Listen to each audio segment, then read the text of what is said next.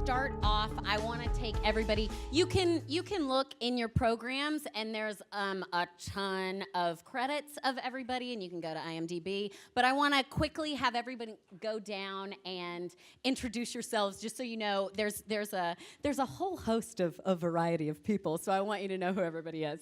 Take it away, Laura. No, I am starting at the end with me. Oh. It's on, everyone. Yes, there you go. Hi. So nice to see all your faces. Our favorite thing to do, talk about ourselves. No, my name is Laura. Nice to meet you if I haven't met you already. I am a music producer and a vocal contractor. Most of my contracting is done specifically for animation, and I did my first recording session when I was 7 years old.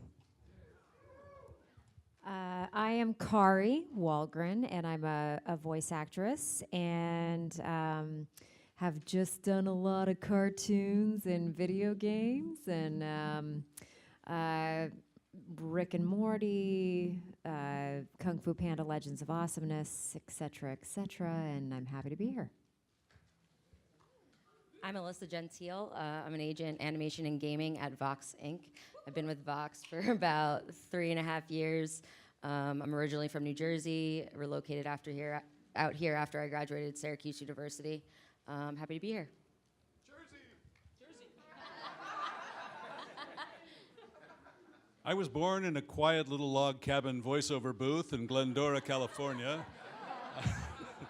Bob Joels, I've done a lot of animation, not as much as Kari, but perhaps. Just happy to be here and see all these smiling faces that are not going to throw things at me. Thank you. We don't know, maybe. My name is Jasper Randall. I'm a vocal contractor, and much like Sally, kind of save the world one singer at a time. I'm Sally Stevens. I'm a singer and a vocal contractor. I was a singer and did a little voiceover work for about 20 years before I started being a vocal contractor. So I kind of have done a little in both worlds. Mary Elizabeth, and I'm a director, and I started in anime, and then I moved over to original animation. I also did a lot of voice acting, I still do, and I sing some songs in video games every now and then too, and I'm very honored to work with so many of the people up here, so. My name is James Murray. I'm a talent agent at Abrams Artists, have been for almost 10 years. Started off in New York and moved to Los Angeles, started working in animation about 3.5 years ago. I still love it every day, and I one day aspire to have my own microphone up here. So. We'll share with you for sure. So obviously this is a really awesome crossover event with voiceover people and singers. How many of you guys are singers, like lean more on the singer side? Awesome. How many of you are voiceover people? Oh, this is great. There's an even mix. I love it. So having that bit of information, I want to start out by talking about the crossover. So for those of you who are singers up here, can you talk about how some way that you found your way into a voiceover job through singing, and also voiceover actors, what has happened maybe in some job that you just got hired to do the voice for, and then you ended up singing in it as well? I always try to sing at my callbacks, and they're like, what? So you ask them to sing? I don't ask. You just I start just do singing? It. Yes. Sometimes at your callbacks, you'll be asked, anything else you want to add, anything you want to ad-lib, you want to do it again with that. And one of my last jobs, I feel like that kind of clinched the deal. Because I sang. What's your favorite song to sing? Anything that you request. But like, if I was auditioning, depends you on the right character. Now. No, it totally depends on the character. And I will usually plan that out in advance, like which song would be the best song to sing. Do you sing it in character always? Of course. Yes. Duh. Yeah, guys. There you go. Kari, what about you? I know you've sang in things.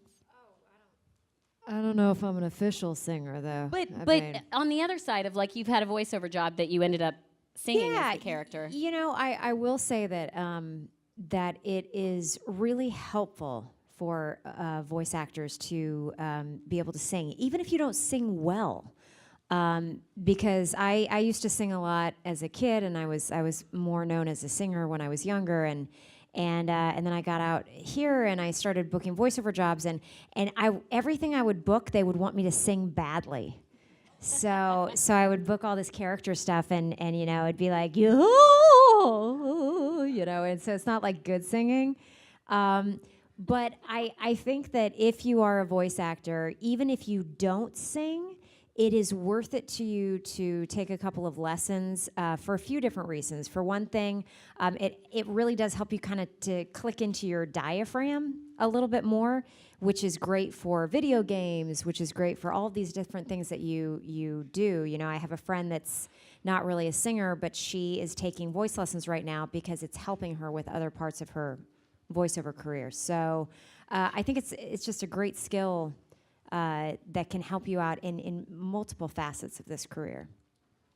I will tag on to that. Even just knowing how to vocally warm up singing-wise, it's one of the best warm-ups I've ever done for all the speaking jobs. Plus, like when we get into these really demanding like video games where you're screaming the whole time, there's a vocal technique you can kind of translate it to as if you were, well, for me personally, as if you were singing, and it's not as strenuous.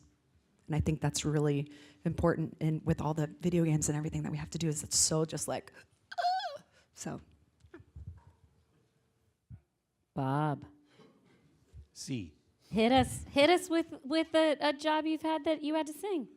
Well, I've always had musical aspirations. I started my professional life off as a tuba player. Yay. And worked at Walt Disney World and Disneyland playing tuba in different functions, but I've also sung when I was in high school and college, and being able to read music is a great benefit. So, I mean, there have been places that I've gotten to sing. Rob Paulson and I, in fact, on a cartoon series we did, the two of us sang as a barbershop quartet. Of course, we had to layer it, but no, singing has always been something I've enjoyed. I can carry a tune, and I know where the pitches are, so that's half the battle right there. Well, many times, a lot of what I do, in addition to whether it's choirs or small groups or very professional, controlled, and very talented singing, is almost a vocal casting. Whether it's an actor who can't reach the highest notes, and you have to morph someone through there, or an actor who doesn't want to sing, is supposed to and doesn't want to sing. So we get calls where we have to basically find that fingerprint. So I go online, I watch interviews of this person speaking, and then I have to kind of reverse engineer it as to what that would translate into a singing voice. And after doing this for so long, I can pretty much have a very good idea of what someone will sound like singing after I hear them talking for a while. You hear their support, you hear their resonance, you hear how they phrase things and their breath control and everything like that. And that becomes very helpful in trying to cast singing for maybe what are perceived to be non-singers. With La La Land, for instance, Damien was very specific that he did not want someone to get out of their car and sound like Pavarotti. It was the exact opposite. And one of the hardest things of that was trying to find that balance of believability where they sound average. So that was the tough part of bringing in very talented singers and then trying to sort of calm them down to be more pedestrian, so to speak. It wasn't easy. That was the hardest part of it, is just making people not sound good. So. Okay, So so you know all I'm you very singers start pedestrian. sounding worse. Good. We're all learning.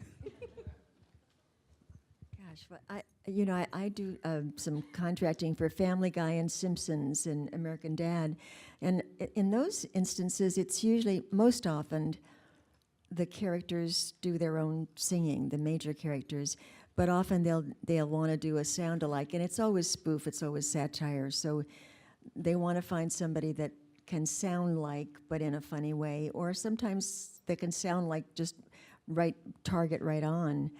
So there's such a talented group of singers in our session singer community that we kind of know who can do those sound-alike different styles of singing, and that's most often what the casting is called for in those situations. Well, I think as an actor, the more tools you can have when you get into a booth, the better. And a number of times you may not actually be asked to sing a specific song, but your character makes up little tunes, you know? And the more control you have over your voice, the more versatile you're actually going to be, and the more the directors can utilize everything that you can bring to a character. So if you can show that, oh, I can sing in this character, I can sing badly in this character. So it's not only that, you know, the more skills you have, the more versatile you can become as a performer. So I highly recommend, and the stamina that you will build up from singing will get you through a 4-hour voiceover session. I promise you, it really will help. So you'll learn so much from just getting out there and taking vocal lessons. You'll learn so much and unlock so much of you as a performer. So get out there and take some singing lessons and sing. So I'm going to direct one to the agents now. Obviously, a huge thing when you're doing animation is creating specific characters. So for you guys, the agents, what are you looking for, and what are you listening for when your clients send in auditions for certain characters for you to then pass them on to casting or the director? I think it's really important as an actor to do your research. And if you know the character, if you know what the show is that you're auditioning for, if you know, particularly if it's a pilot, if you have the information of who's creating it, what have they done in the past, what network is it for, what casting director is it for, and what your style is, I think it's important to try to tailor that to what you perceive to be the needs of whomever is doing the work, because there's a huge difference in styles from the very kid stuff for Nick Jr. versus the older but still youthful audience of the Disney and Nickelodeon, and then when you do Robot Chicken or Adult Swim or those types of more adult-oriented shows, and your style, your pacing, your performance, and the character that you build needs to be tailored around that.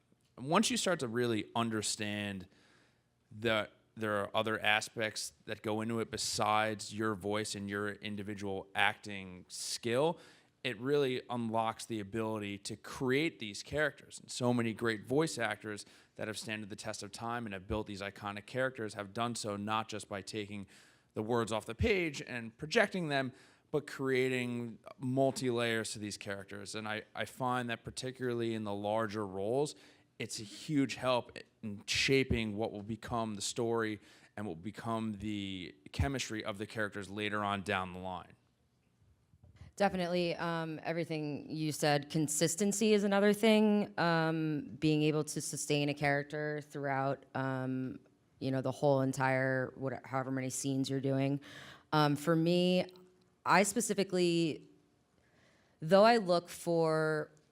I cast all of my projects. So as an agent, I know my clients like the back of my hand. I know pretty much what they can, what they can't. So What they think they can. Or They what don't know I think they they can. Right.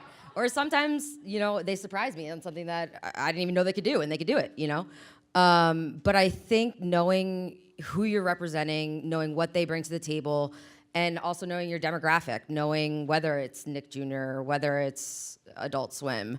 But I think one of the main things is to bring yourself to the copy. Even if it is a character, I think everyone has their own take on that character. So bring yourself into that character and own who you are in that character. To piggyback off that, one of the most pleasurable parts of my job, of our job, is the fact that we get to cast all day from our office. I see my clients, for better or for worse, all day, every day. But the beauty of that is it allows us to work with them, and you really get to know what they can and what they can't do. And it gives you an opportunity to encourage them and stretch their boundaries. And we're fortunate that we are not in a situation where we're just clicking headshots and submitting them, or we have that creative aspect that a lot of other areas and a lot of other agents in different verticals don't have. And that's something that is why I've been doing this for 10 years and why we'll continue to do it for as long as the community will have me.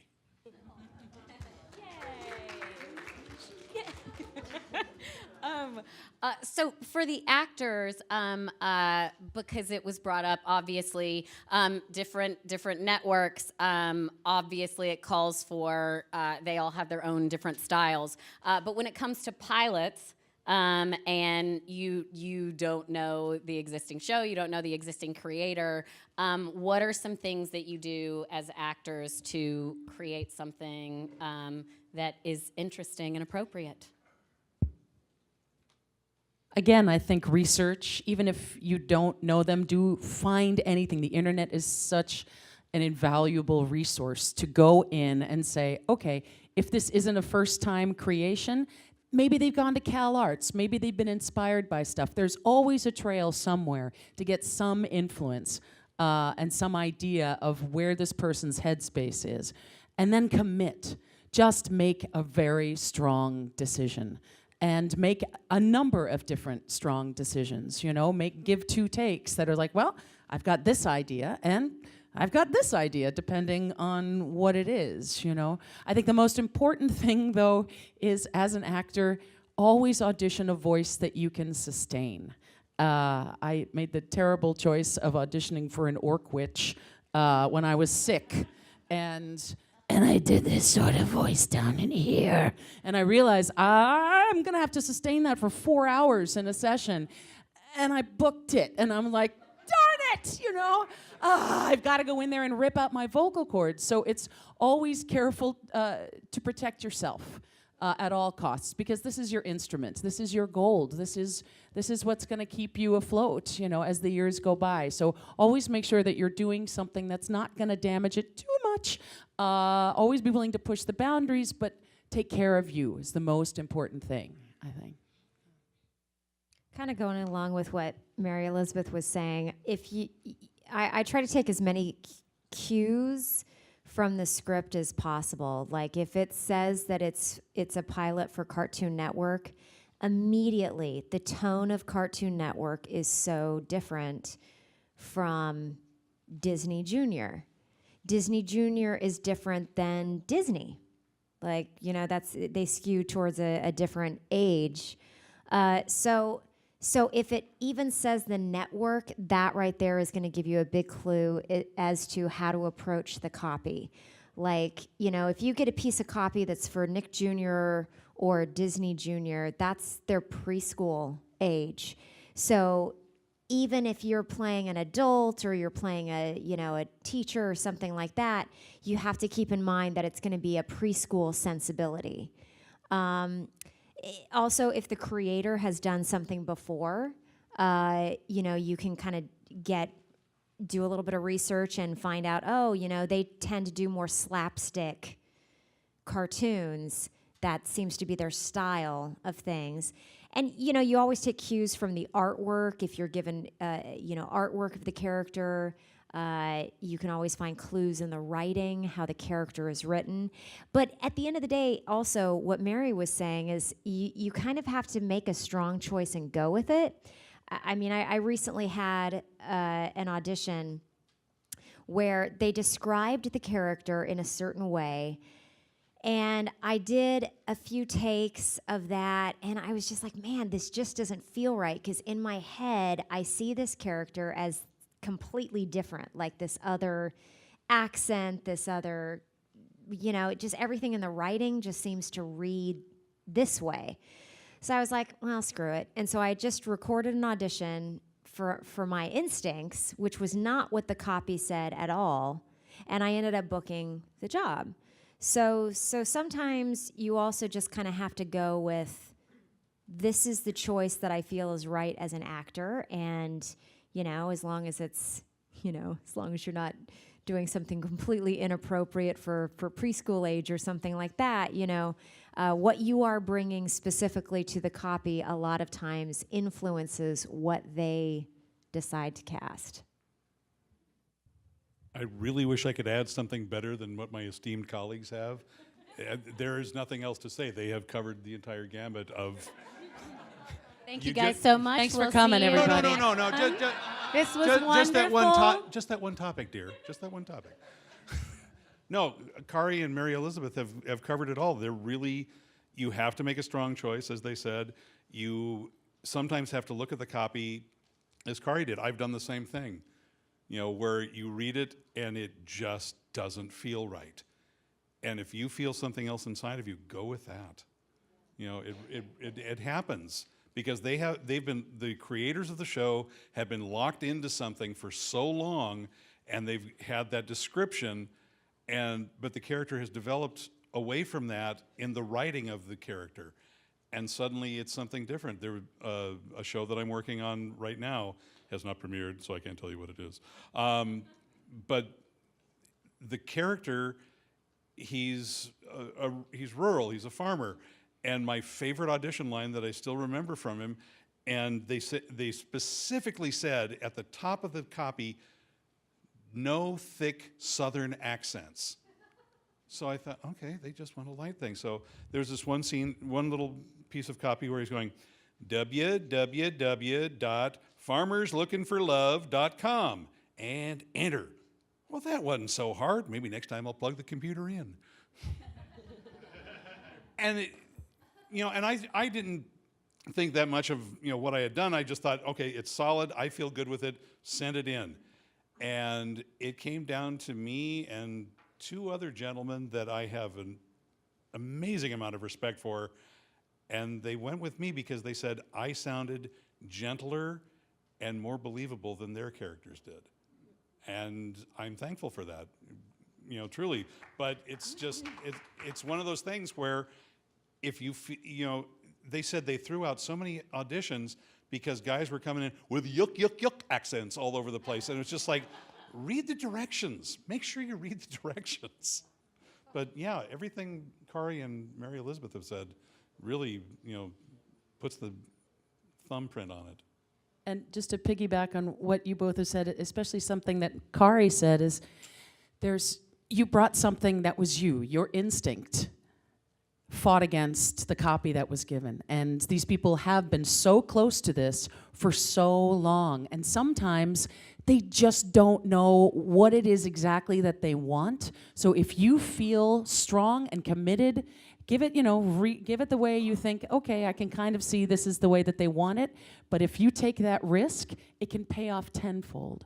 So trust your instincts more than anything else, because that is what makes you truly unique as an actor. We can all read a line the exact same way, but if you all of a sudden as a director, if I hear a read that's completely different than what I expected and it works, it's just this moment of, oh my goodness, okay, give us 1 second, and we will sit in the booth and talk about, let's rework it a little bit. Did you feel it there? How do you feel? Is this something that you could go with? And potentially, it could change the whole arc and development of a character. You can actually hear in cartoons how voices have changed. Dan Castellaneta's Homer Simpson from the beginning has changed even through the character to what Homer is now. So just take a risk when you're doing an audition. Trust your instincts, because sometimes you'll give them something they never expected, and it'll set off a light bulb that'll get you in the other side of the glass.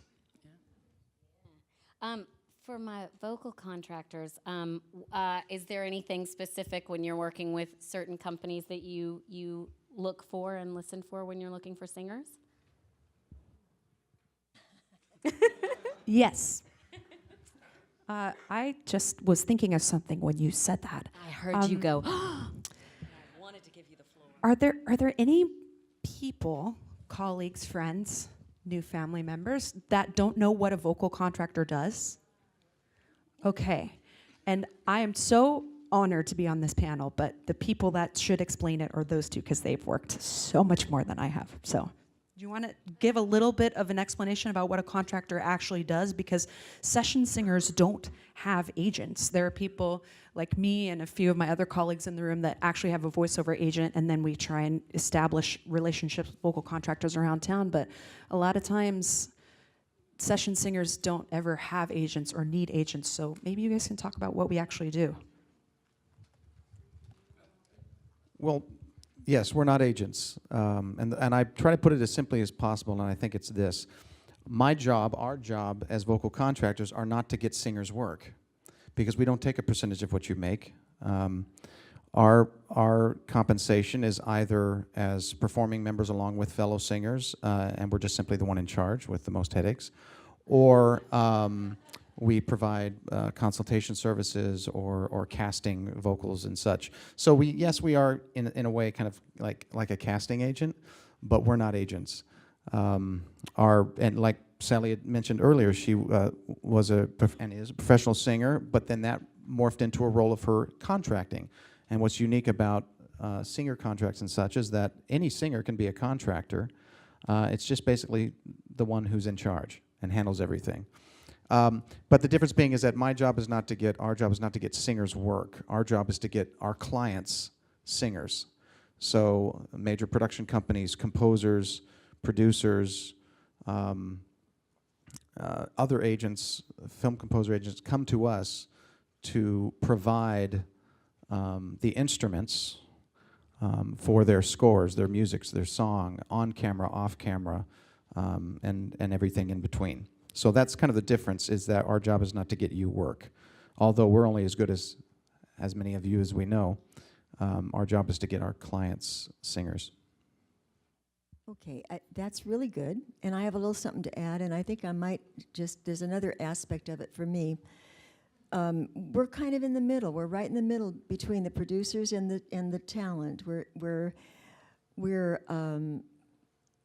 I've been a union member for 50 years, and I've served on the SAG board and the AFTRA board and the trustees of the funds and all kinds of things. And so I always think of my job as is about equal, right in between the producers. It's our responsibility to put together a group, a choir, or a soloist, or whoever they're looking for, that's really going to serve the purpose of what they're trying to find.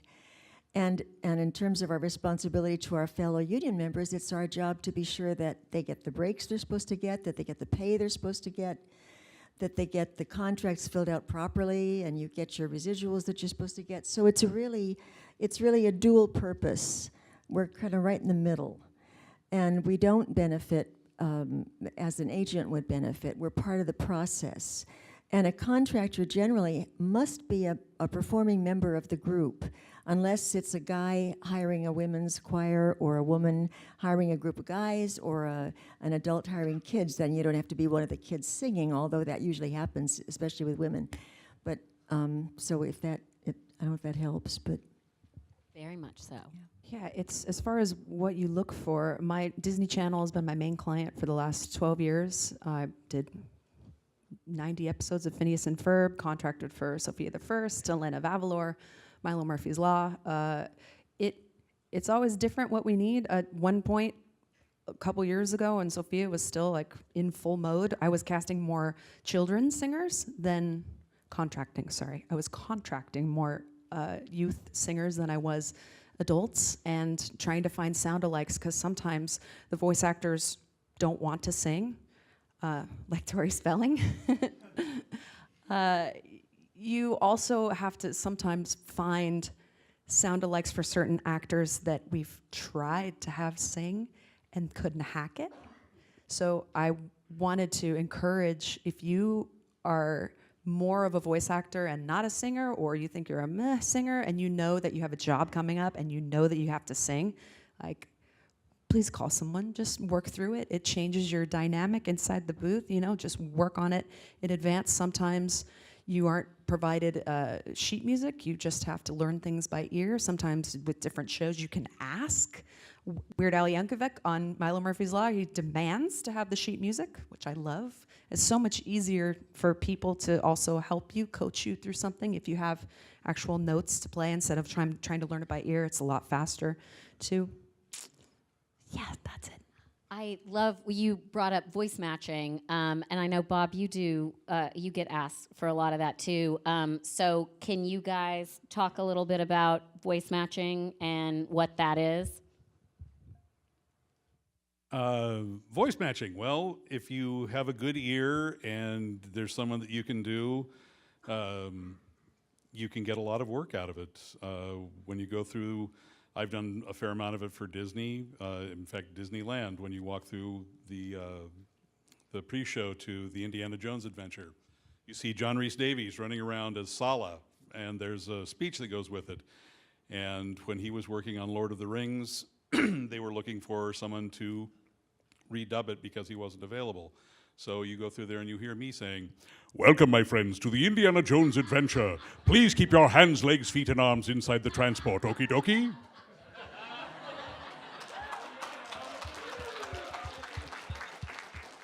And I thank goodness that John isn't available, because I have been voice matching him all over the place. 11 years ago, I took over as Man Ray for SpongeBob SquarePants, which was a voice that he did, and Paul Tibbett, the executive producer, got tired of trying to get John in, and he'd come in 3 months after they had recorded already, or he would do a phone patch from somewhere, and Paul just finally said, "Let's find somebody that can do this." I've done a lot of the Lord of the Rings video games as Gimli and Treebeard.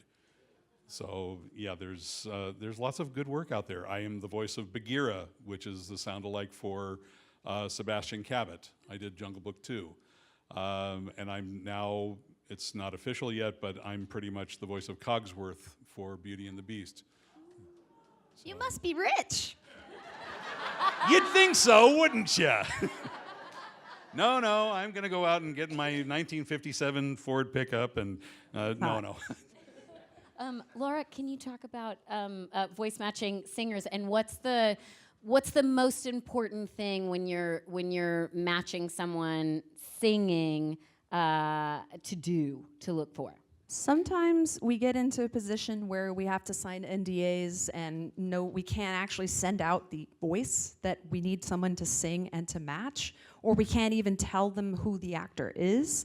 So that kind of sucks. But when we do have little clips of some of their lines, dialogue that they've already recorded, I always personally would equate where they speak to notes, because every time you say a word, you can find a note on the keyboard to match it, and just see kind of where they live musically, listen if they have any accents. I always go to YouTube and I'll see if I can find interviews or their other roles that they played, and equating like where they speak into like what range of their speaking voice they would sing in. And it's not always the easiest thing to get submissions back for, but it's always good to ask questions to whoever's asking you for your submissions. And if you end up booking the job and you feel like really strongly about, hey, this would be a little bit better in this key, and always good to kind of be open and transparent. And a lot of times I've seen, kind of living in both worlds, the music department and the casting department sometimes don't communicate as well as they can. So I try, when I'm on the production team, to make that as seamless as possible, but something always sneaks by. Good to ask questions and do your research. And I'm not sure if this is on the outline, I don't think it is, but for me, I don't mind if the quality is not as professional sounding when I have singing submissions. It's a lot different than the voice acting world, where you want your auditions to sound super great and get the acoustics right. And a lot of times, time is much more important. And I'll say, just sing it into your iPhone, or just get into wherever you can get into. Just now is easier. So I think that is important to remember. And it also, for me as a contractor, the lower quality it is and the quicker it is and the not as edited it is, does something about proving how quickly you can be in the booth, how quickly you can turn around something in the booth. Because with auto-tune and Melodyne, and it's very depressing. Did I answer your question? You sure did. I've actually produced Kari singing on Sophia the First and Elena of Avalor, and she's awesome and really consistent and delivers. And there are vocal directors that can produce you singing. Usually it's the composer, and there are voice directors, people like Sam Riegel and all the people that will give you your dialogue direction. So I was like kind of her vocal producer, and she was great. I would love for her to jump in. And BT Dub, you don't have to wait for me to ask. If you have something to add, jump in. There's a ton of us up here. I'm directing some questions to some people so we all get to talk, but please always jump in when you want to. The funny thing is that with voice matching, there have been certain auditions where the worse I act, the more I sound like the person. And so legit, like I will get the job, and then I'll get into the studio and they'll be like, yeah, okay, so that sounds like her. Could you just try another take? Don't worry so much about the voice match, and just do a little bit more like, what would your acting choices be? Oh, we like that. We like that. So, I mean, for voice matching, you know, the one other thing I would just throw in there is to be flexible, because sometimes, you know, especially if you're doing something where you're dubbing a movie where the person can't come in to do their ADR lines, then sounding like the person is probably going to be super, super important. But if you're doing a video game or something like that, sometimes just attitude and personality can be even more important than just a perfect voice match. So I would just say that when you get on site, like if you book a job for a voice match, don't be so locked in that you can't take the redirection and play with it, because sometimes they'll have you skew just a little tiny bit away from the voice for your acting choices.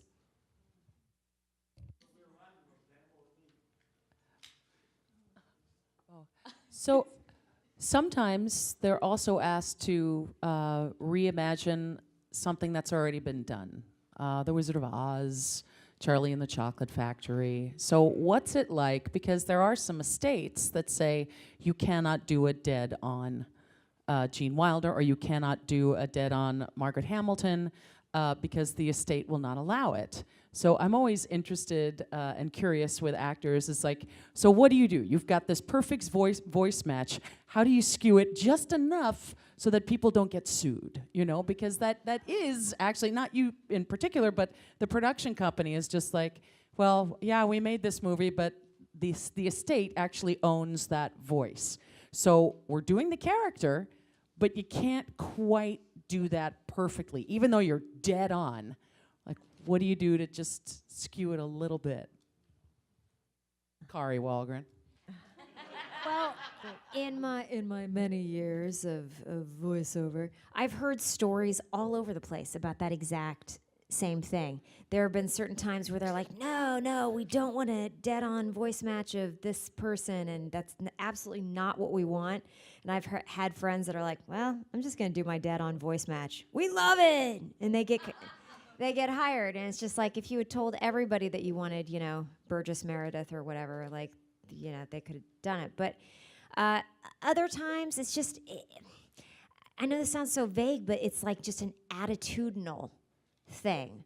Like, and again, this is where you start kind of taking some of those clues from the network that's doing it, or the age range that they're gearing the show towards. You know, there have been projects where they're like, we're looking for this kind of flavor of this iconic character. But then you see, oh, it's for Cartoon Network, so they're not going to want this exact, you know, dead-on impression. So I don't know, it's that loop of going back to, well, do your research, make your acting choices, maybe do 2 takes, and one is more of a dead-on voice match, and maybe one is just more, this is a hint of Mid-Atlantic, even though we're not going to do, you know, so-and-so's voice. May I jump in for a second? Yes, I would love that. Well, this came up a while back. There was a period of time where they would do sound-alike end titles on The Simpsons, and they'd copy Celine Dion or I did a Streisand and a Celine Dion and a couple of other things, and people were getting sued because the artist would get, the production would get sued if the sound alike was dead on, and Fox got around it by giving a screen credit to whoever was doing it, celebrity voice done by or artist voice done by, and I don't know. That's a little. I mean, it's very different from the voiceover world, I know, but that's how they got around it at the time. They just credited the voice. Can I just ask one more question now to the agents in this same vein? Is how often do you get, we want a Burgess Meredith sound-alike, or the flavor of Katharine Hepburn, but not a dead-on? And so you have actors that don't do that, and then when you actually hear the final product, it actually is, well, that's a dead-on Katharine Hepburn, and I could have done that. What do you tell your clients? And along with this, how often do you guys redirect your clients? Or do you just listen to the auditions and you take it if you want to send it or not? Well, those are two very different questions. I'm throwing more at you. For the character alike, and the sort of they want the flavor and the feel and the attitude, we do get that a lot, and it is very different from the sound matches. I find that I get that in the animation. If you have a product that might have a feature film and then they're producing a television show based on that film, they don't want to copy the characters exactly, but they want the performances similar to the actors. I just send it out there and I see what people send back to me. And then to your question, all the time. It's something that I think is really, really important. And you, as a casting director, I'm sure you can attest to this, that sometimes people they must not be listening to the stuff that they send you, because either the quality is bad or the performance is bad or it's not close to what you asked for, or somebody made a choice and they were 180 degrees from what you were looking for. And one of the reasons that we get all the top projects in town and the reason that we've developed good relationships is because I do take the time, or we as an office, and I'm sure you guys do too, take the time to sort of vet what you're sending. So I will often, I try not to do like the spaghetti to the wall technique. If I have a character for a show, I might send it to, 10, 12, 15 people tops, and then I might only submit 10. And if there's redirects that are needed, I do that all the time. I always try to get our talent into the office because we have professional sounding booth and a full-time audio engineer, and I spend a lot of time in the booth, and it's so much easier to give direction in real time. And as actors, you guys know, even if you have one person in front of you, that light switch goes off, and you can see how the person on the other side of the glass, which I love that term, I never heard that before, how they sort of react to what you're delivering to them and whether or not they're laughing, or you get that sort of real-time live feedback. And sometimes if somebody's sending an audition in and by the time I get a chance to give them feedback, it's several hours have passed, the talent is not in that mind frame for that character again, or they're not available to do it in a time frame that I need them. But I think, feedback and redirects are so important. And it also allows us as agents to flex our creative muscle, the little bit that we have, to figure out, well, can we push our talent in a direction that they're not originally going? Can we kind of get them to go someplace that they might not think they can do? And I have found that we do have great success from that. Absolutely. I mean, I, as well as our booth director, often do redirects. Unlike James's office, the majority of our clients record from home. So that's just the way Vox has worked. We've been doing it for years, way before technology, started making it a lot easier. Our full-time audio director has been with us for 15 years. So he's listening to everything. That's his job on a daily basis. He's listening to everything that is being sent in. I'm also listening as well. So we have 2 ears on it, in addition to, the client's ear on it. But Jason and I will often have meetings where, he's our audio director, where we will discuss, okay, do you think this person can do it in a way that,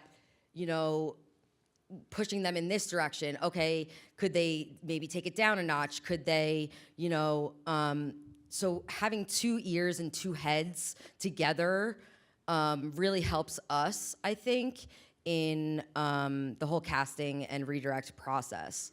I definitely think that you know, it's great to get face-to-face direction. Of course, I worked at an agency where I was the audio director as well as the agent. We also had a lot smaller client list than Vox has. But we find that the speed at which we can get things back, our clients are really good at, you know, we'll make a due date, say the due date to the buyer at Disney is Friday.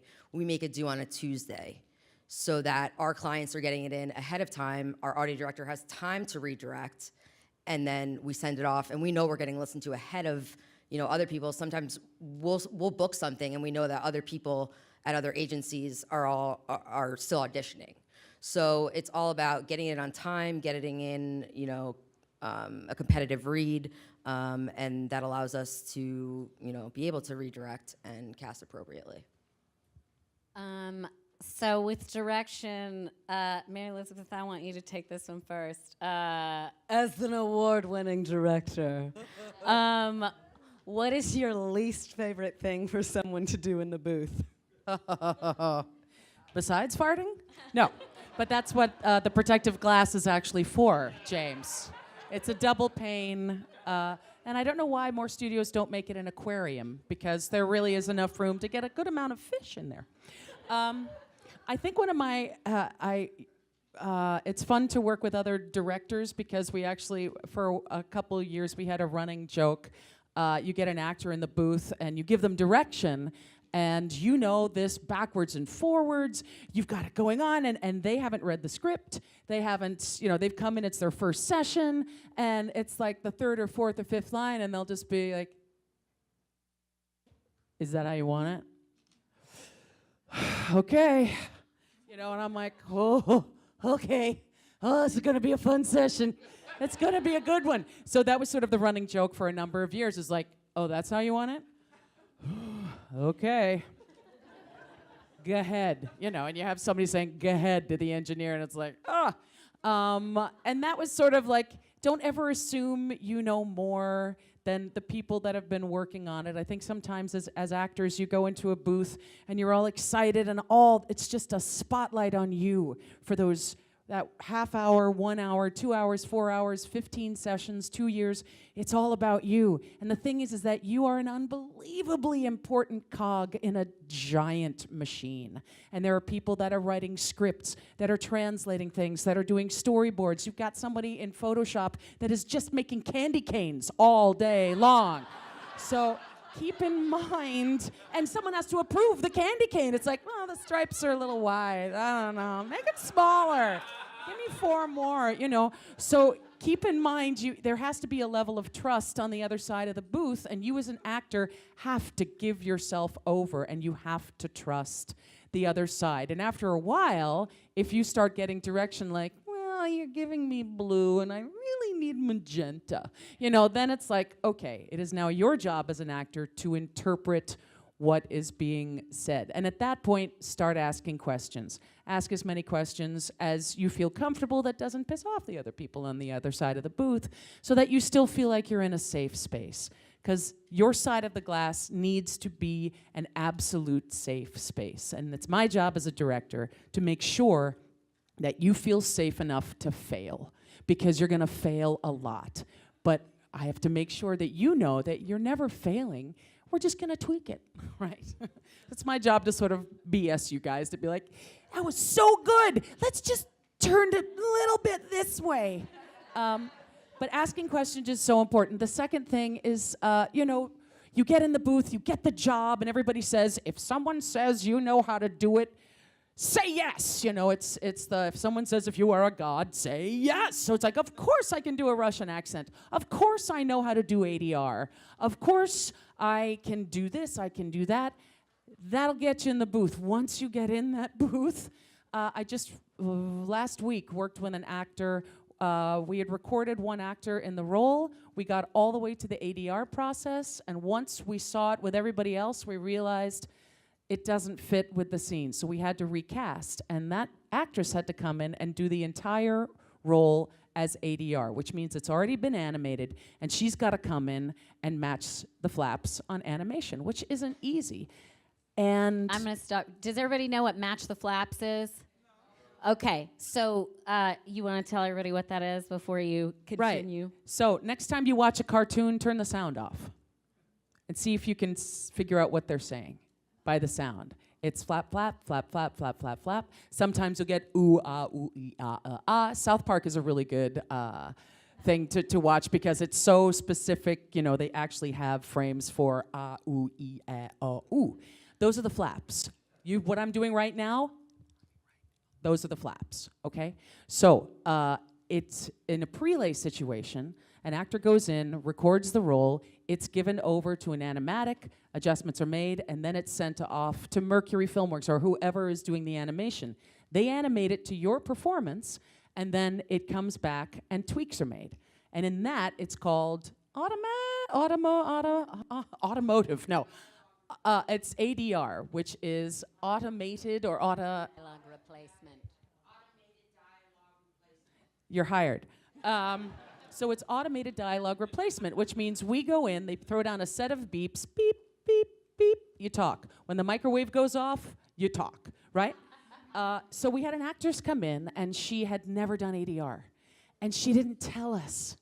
So if you get in the booth for the first time, and you've never done ADR, there's nothing that brings me more joy than like, okay, good. We get to play today, and I get to, and we all, as you know, on our side of the glass, get to bring a new aspect to someone's toolkit, which is ADR. So if you ever have questions, please, because otherwise I'm going to be like, this actress kind of stinks. I don't know what's going on. She doesn't. I'm like, are you seeing the picture in front of you? And at the end, I asked her, I said, had you ever done this before? And she said, no. I said, please don't ever be afraid to ask. Don't ever be afraid to say, hi, I'm so excited to be here. I just want you to know I have not actually done ADR before, so guide me, help me. I am here, and I will do it as many times as you want to make sure that you get the performance that you want. I know you want me here because the people on our side of the glass want you to succeed. We don't want to go back to the casting process. It's a laborious process. So ask questions. Don't be afraid to ask questions.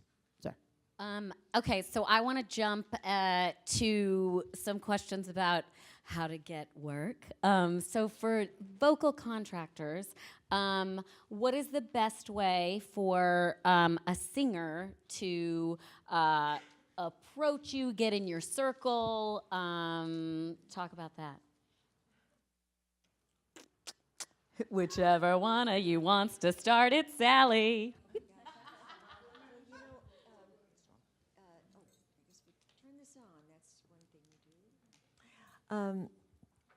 For me, because I worked as a singer for so long, I really got to know the singer community. So I knew who sang what part and which voices blended, and that was a great help. But you know, as the years go on, there are lots of new singers come into the world, and people send me. Most everybody now has their website.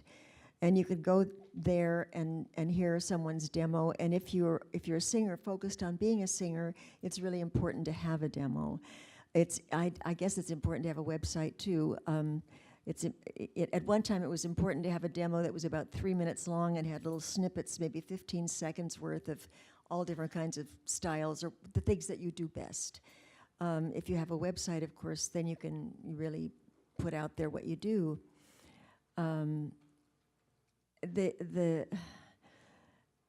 I always found over the years that the most valuable thing was just what happens when you network. If you have a job and you stand next to somebody and you do a great job and they know somebody that asks them if they know a good alto and they can recommend, I mean, it kind of grows that way. But as far as when you're just starting out, it's great to be in a community choir. It's great to audition for as many choirs as you can. And there's also there's a website, or not a website, a discussion group called L.A. Singers Group. That's is it a global? Yeah, it's a Yahoo group, Yahoo but group, yeah. you need to be a union member to be in it. Yes. And lots of people. It's a good. They post audition notices, and like Laura uses it, Jasper uses it. you have to contact the person who runs it, but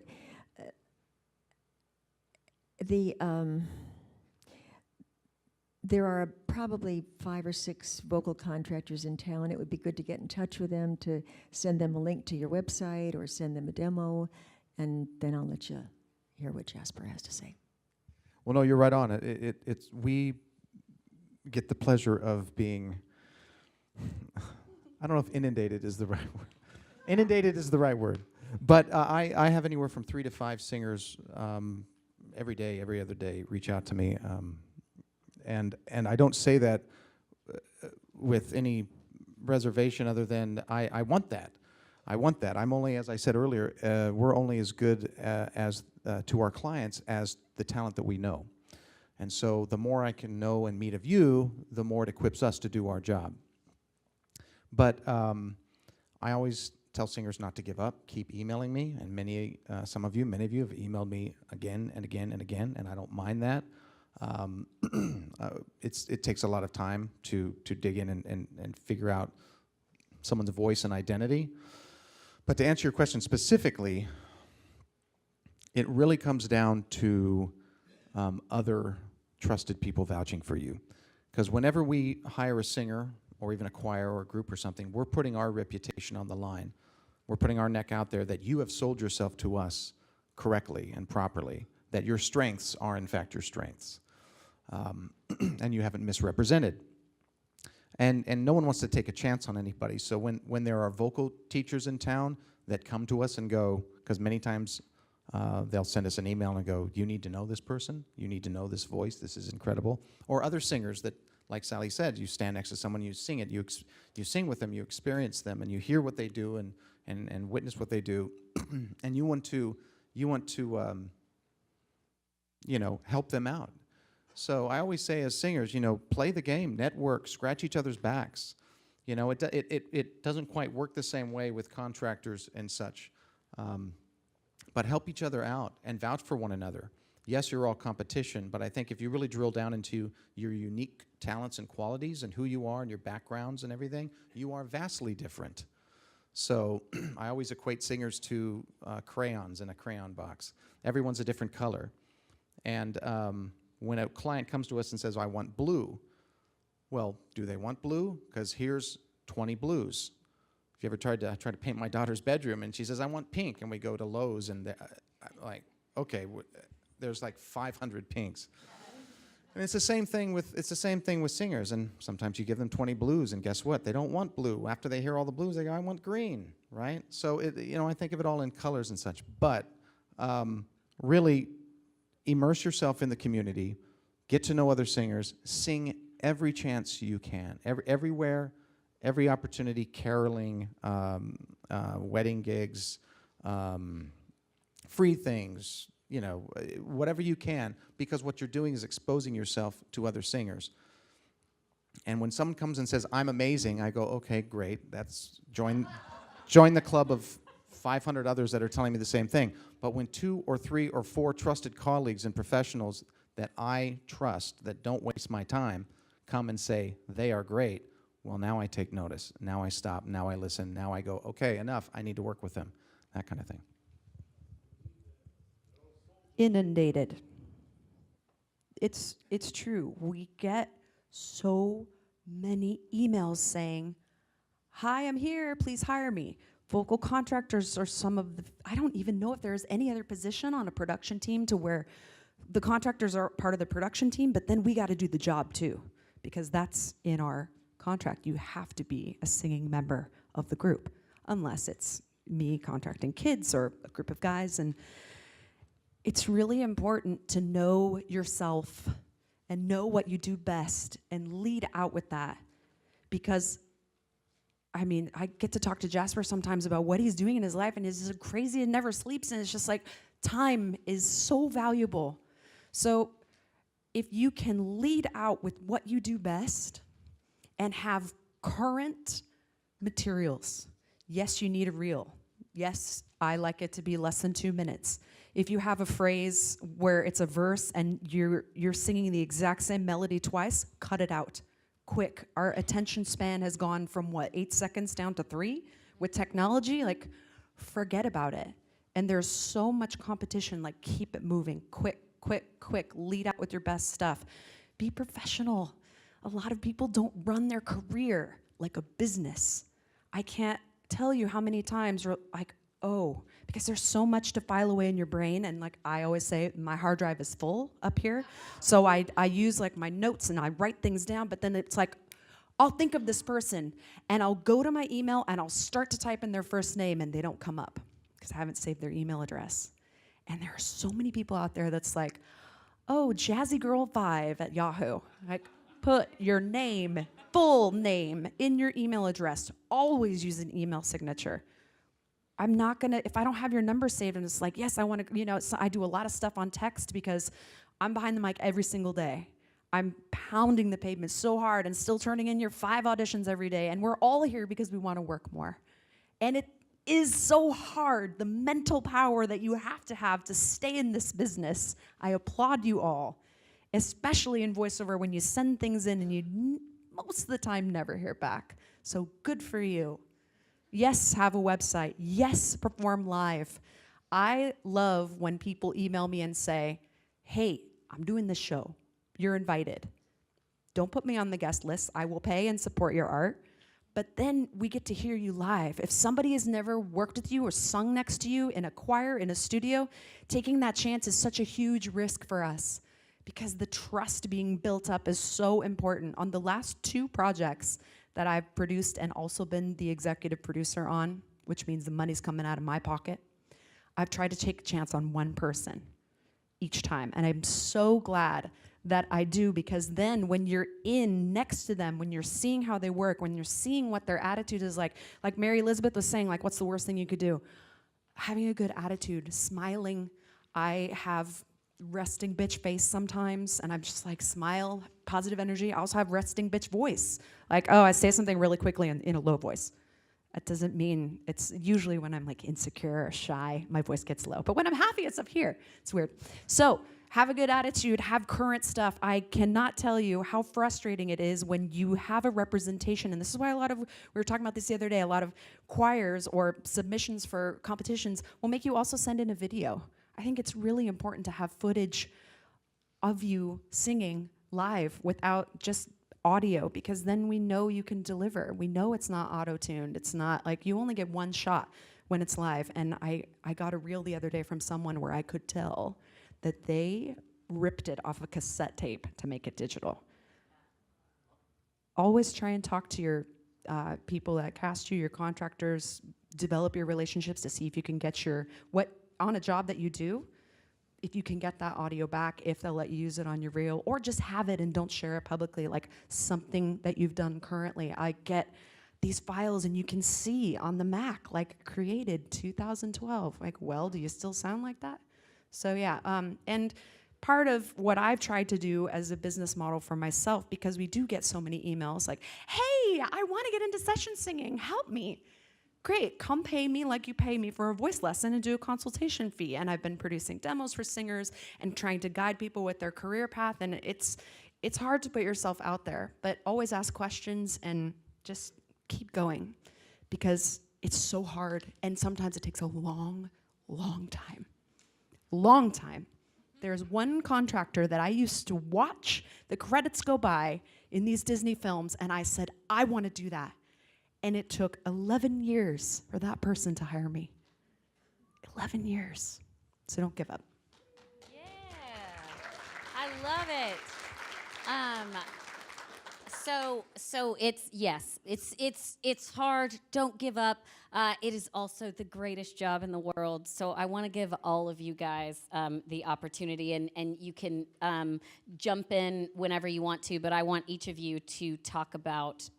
Just tell us what one of your favorite jobs was and why that one was so special to you. Even for the agents, if there was a really cool one that you, one of your people booked and that was a special one to you. So a job you love and why? All right. Well, it doesn't really stick out in my mind as one job, but Well, there was one or two jobs that were a lot of money that were great. But the overall feeling that you get as an agent who also spends a lot of time, my favorite part of this job is developing talent. It's something that when I started off, I had no idea I would enjoy, but as my career has progressed, it has become one of the most rewarding aspects of my job. And there is no better feeling being introduced to someone or seeing someone do stand-up or receiving somebody's demo reel or having somebody be referred to you. And you work with them in the booth and you direct their auditions and you try to train them and mold them and lead them in a direction that you think is going to work. And then all of a sudden, a casting director sends out an audition and they come into the booth and you work with them and you direct them and you redirect them and you submit it. And then they get a callback. And you know this callback is among, this casting director might receive 100, 200, 300, 1,000 auditions for this. And then they go in and they do that callback and you work with them and they're prepared and they book the job. And it's their first job. And it's a job that they have to be waived into the union because they've not yet had an opportunity. And you know that you are solidifying in this person's mind that they can do something that they want to love. Because I love this job because I can help people do something they really want, that they really love to do. You all know how volatile it can be, and you never really know where your next paycheck is going to come from. And if you can help somebody pursue their dreams amidst that climate where we live, one of the most expensive cities in the town, there really is no better feeling that I get from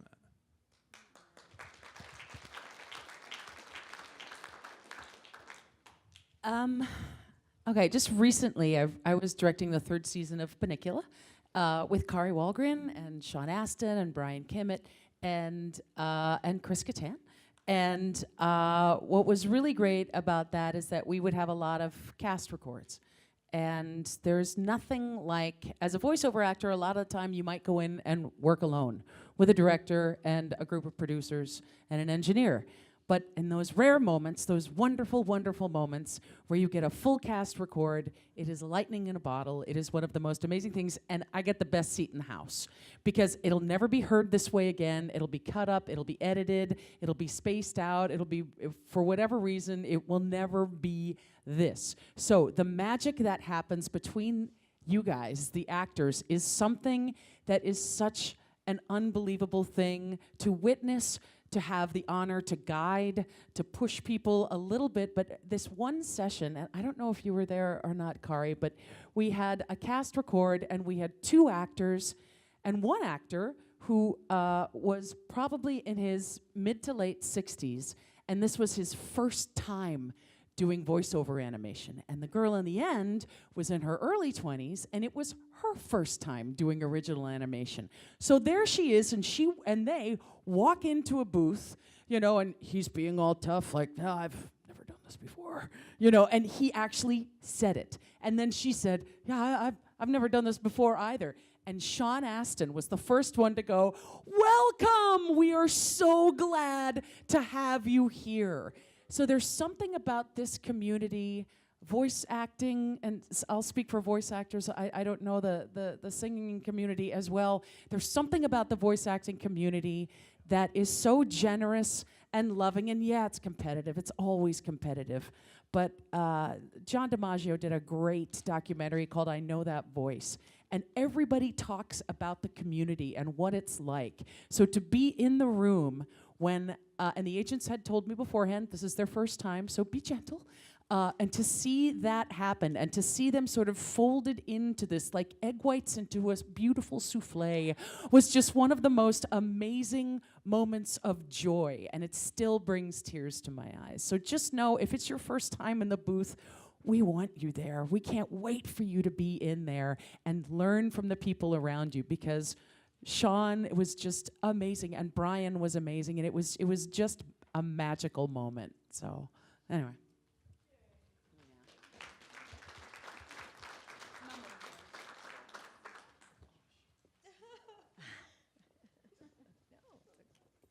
Boy, I wish I had a story like that related to animation, if I may get off the track a little bit. But I don't know if any, I've had some wonderful memories around the animated shows I've worked on, and wonderful memories way back with some of the solo stuff that I did early in film, but one movie sticks in my mind that it was the first time I had a chance to contract for John Williams. And I don't know if you remember a movie called Amistad that Steven Spielberg did. The reason I got to do that film was because I had worked on a film called The Power of One that Hans Zimmer scored, and it was a really authentic African music. Lebo M did the music with Hans, and it was he also worked on The Lion King eventually later on. But so the score that John Williams wanted to write, or was going to write, obviously, had more of a classical bent to it, but it had to have authentic African feel to it too. And there was one cue that he had to cast for a solo voice. And I went to his studio, which was on the Amblin lot at that time, and he was still using a moviola. So he showed me this cue. And I don't know if many of you saw the film, but there was one scene where one of the slaves that was being brought over on the ship from Africa, she was not going to do this. This was not going to be what she was headed for, and she was heavy in chains. And she was sitting on the edge of the, whatever you call that, the bow of the ship. And in slow motion, she just went back over into the sea, into the waves. And he wanted a solo voice, but it had to be just right. And I gathered a lot of demo tapes from singers in town, and they were wonderful, but they just weren't quite right. And I had to go to New York for meetings of trustee meetings. And I thought, well, okay, I'm going to go to Juilliard and let some of the young voice students hear them. And I submitted some of those tapes, and they were not quite right. And somebody told me about the new opera director up in San Francisco.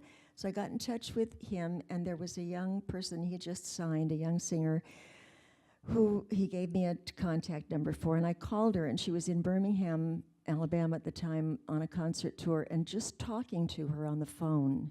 She was a young African-American woman, but she had a classically trained voice, and just talking with her, something just told me that this was the right voice.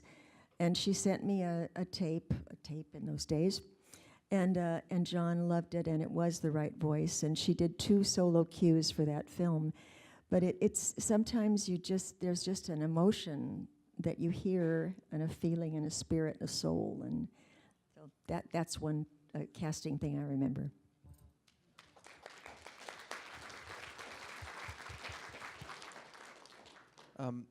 I would say one of the more recent projects that I worked on and contracted the vocals for, Sing, in which what's memorable for that is being able to utilize so much talent and such varied talent. If you've seen the film, especially the opening audition sequence alone, I remember sitting down with the music supervisor and the executives with Universal, and we had a meeting, and they said, well, here's this scene, and we need this, and we need barbershop, and we need this, and we need Chinese, and we need this, and the high tenors, and all this. And I'm just going, oh my gosh, I can just see the lost sleep just piling up.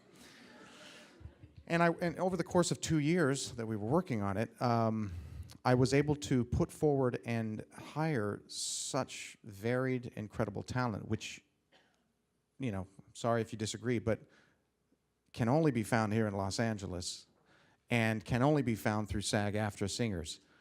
So the level of talent that is in this town and in this union is just absolutely incredible. And keep in mind that there was a giraffe that sang a high C. And while I know, very many great, operatic and classical tenors, I wanted to give them options. So even when it's one note, I would provide them 4, 5, 6 options. On some of these things, I would provide up to 20 options for them to hear, because it's all about choices, right? It's all about not being boxed into a corner. But being able to show the production and the filmmakers and everybody, not only who got chosen, but who didn't, the vast amount of talent that's in this town that I get to work with, that we get to work with, it's very humbling. And I want to also circle back with what I had said before. When we say inundated, that's just simply the logistics of it all. I like that. And I don't want anyone to be here discouraged or thinking that I've never done anything and I've just moved here.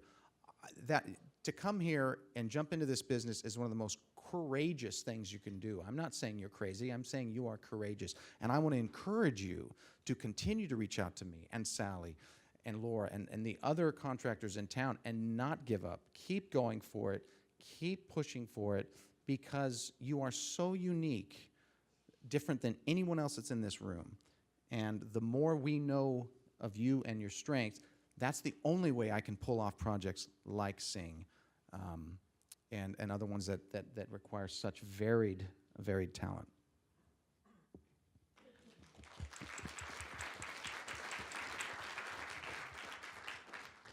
My favorite memory of a job is the first one that I got after moving back home to California after being in Florida for 11 years. I had worked at Walt Disney World in Epcot Center when it first opened, playing in a brass quintet. And during my time after I left the quintet, I went into the music library as a music copyist and an arranger. And during that time, I started pursuing voiceover. And then I had another job after that where I walked around at Universal Studios portraying W.C. Fields, where I got to... They actually let me smoke cigars on set, which was great. But I digress. So I came back and got in with Don Pitts, who is a legend in the voiceover industry, great agent. And Don took me on as a client. And one of my, well, within about a year of me being out here, I was taking auditions regularly. And they were looking for the voice of Sneezy of the Seven Dwarves for Snow White on Ice. And they had already gone through one round of auditions, and they found the other voices of the dwarves, but they didn't find Sneezy. And Don got a call and said, we're looking for people. Anybody you didn't send the last time? And I was not sent the first time.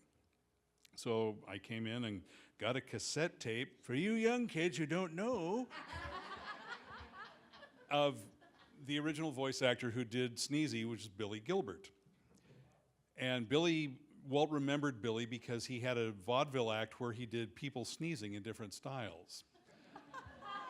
so that I'm listening. There were 7 different lines that I had to do, and doing Billy's voice was fairly easy. It was just a little more adenoidal than my own, but it was the sneezes that I knew that they wanted.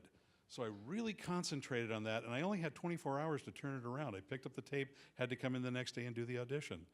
So I really studied it and got those sneezes down, went in, did the audition in the booth, and honest to God, I did it in one pass, and the booth director said, "That was great, do you want to try it again?" I said, "No."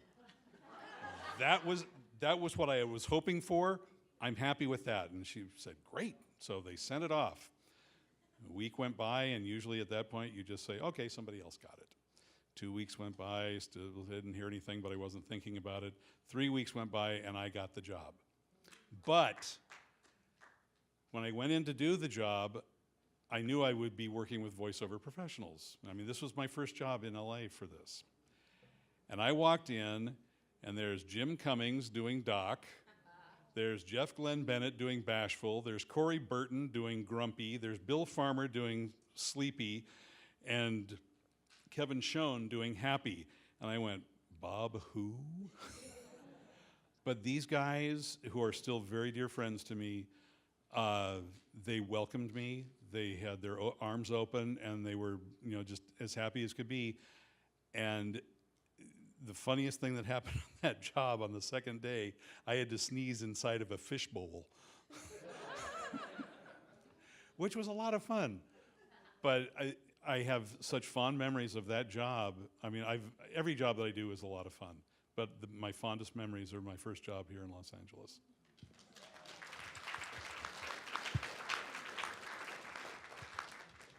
One of my favorite parts about this job is signing and developing talent. I started out at Vox as an assistant, and from an assistant, I started a youth department. That youth department now has over 25 kids. Working with kids has been even more so rewarding than working with my adult talent, I would say, just because it's incredible to see someone so young and so passionate about something that it makes you smile, and how talented these kids are.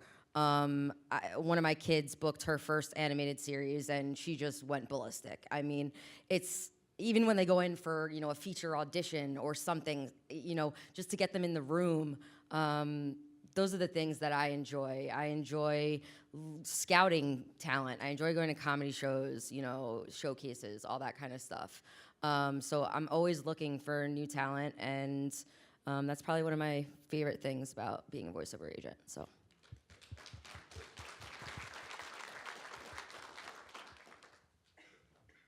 I can't think of one particular favorite thing that I've done. Like it's like trying to choose your favorite child or something. People are always like, "What's your favorite role?" I don't know. But I can say that there have been just a couple of moments where something has happened and it's been very, very gratifying. And one thing that comes to mind is I was hired for this little MTV animated show called Good Vibes. And I was hired to do just a couple of incidental characters, and I was hired to do this this one character named Milan, who was known for her double Ds. the magic of voiceover. And she had one line, and so we go in for the table read, and I can't even remember what the one line was, but I did something. She's like that, and she's like she does her one line, and the writer's like, ha ha ha, that's kind of funny. So we get into the recording studio, and suddenly my one line had turned into like 3 or 4 lines. It was very exciting, and then suddenly Milan popped up in another episode, and then Milan popped up in another episode, and it was just really cool to see that it's true, there are no small parts, there are only small actors. I'm telling you that even if you get hired as a voice actor and you have a one-line role, it's not that you have to make it all about you in this one line, but if you find the truth or the comedy or the heart of what your one line is, it really can snowball into something bigger. And it's not the first time, or it's not the last time that's happened in my career, where something that I thought was this tiny little thing, because of what I as an actor brought to that part, it turned into something much bigger, and that's very rewarding.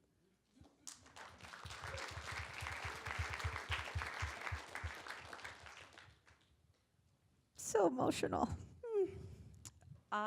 It's hard to pick one. Phineas and Ferb was the best job I will ever have in my life. If I had to pick one that was my favorite job in animation, that was talking. I can't talk about it yet, so that's like, get back to me in a year. But Phineas and Ferb, the opportunities that I had on that show were now like being so involved with the Disney company and Disney Junior and Disney Channel. It's like they would have never say never, but those opportunities don't come up for people that don't have tons of experience in the business. And I was so green and had no idea what I was doing, and I was just helping a composer do his demos to get the gig, and they loved him so much that he got the job, and the demos went final, and I got my SAG card. And just working with a team where the creators are also the voice actors and the songwriters, there was a magic about that whole creation process that it just like gives me a very warm, it's like a hug. That was probably the best one. Thank you so much for being here. Thank you to all of the panelists.